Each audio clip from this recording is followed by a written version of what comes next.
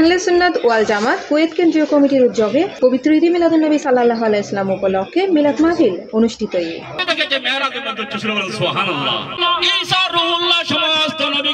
সেপ্টেম্বরের 29 তারিখ মার্কাজত মুক্তারের কুরআন তেলাওয়াত, বেলাল ও বাপ্পির নাতে রাসূল পরিবেশনের মাধ্যমে মাহফিল শুরু হয় এবং উদ্বোধক হিসেবে বক্তব্য রাখেন সংগঠনের সাধারণ সম্পাদক মোহাম্মদ তারেক।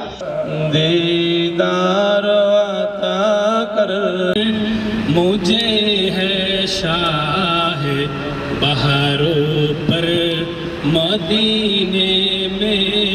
অত্র সংগঠনের হিজরি শাখার সাধারণ সম্পাদক সালাউদ্দিনের সঞ্চালনায় মার্কাজত আহলে সুন্নাত ওয়াল জামাত কুয়েত কেন্দ্রীয় কমিটির সভাপতি মোহাম্মদ শাখাওয়াত হোসেন তসলিমুর সভাপতিত্বে মাহফিলের প্রধান অতিথি হিসেবে তকরির পেশ করে মাওলানা মহসিন আল কাদেরী।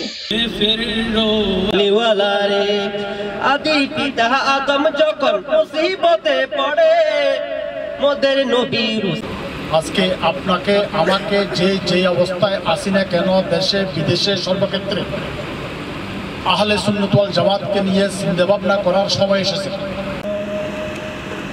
বিশেষ অতিথি হিসেবে তকরির পেশ করে মাওলানা মোহাম্মদ হোসেন আল কাদেরী, মাওলানা মহিউদ্দিন সোহাগ, মাওলানা জয়নাল আবেদিন ও মাওলানা মোহাম্মদ দিদার। নবনির্বাচিত সভাপতি আমার বন্ধুবর্গ জনাব এম নিজামুদ্দিন সাথে উপস্থিত আছে।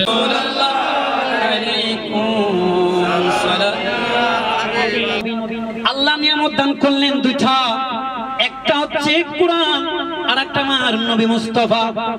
এছাড়াও মাহফিলত কুয়েতত অবস্থানরত বিভিন্ন রাজনৈতিক, আধ্যাত্মিক ও বিভিন্ন সুন্নি সংগঠনের নেতৃবৃন্দ উপস্থিত আছে। জনাব তারেক ভাই উনি অত্যন্ত নিবেদিত প্রাণ। তারপর এতক্ষণ পর্যন্ত আহলে সুন্নাত ওয়াল জামাত কেন্দ্রীয় কমিটি থেকে পবিত্র ষষ্ঠ ঈদ মিলাদুন নবী সাল্লাল্লাহু তাআলা আলাইহি ওয়াসাল্লাম মাহফিলে আল্লাহ এবং আমাদের কাছে পৌঁছে গিয়েছে।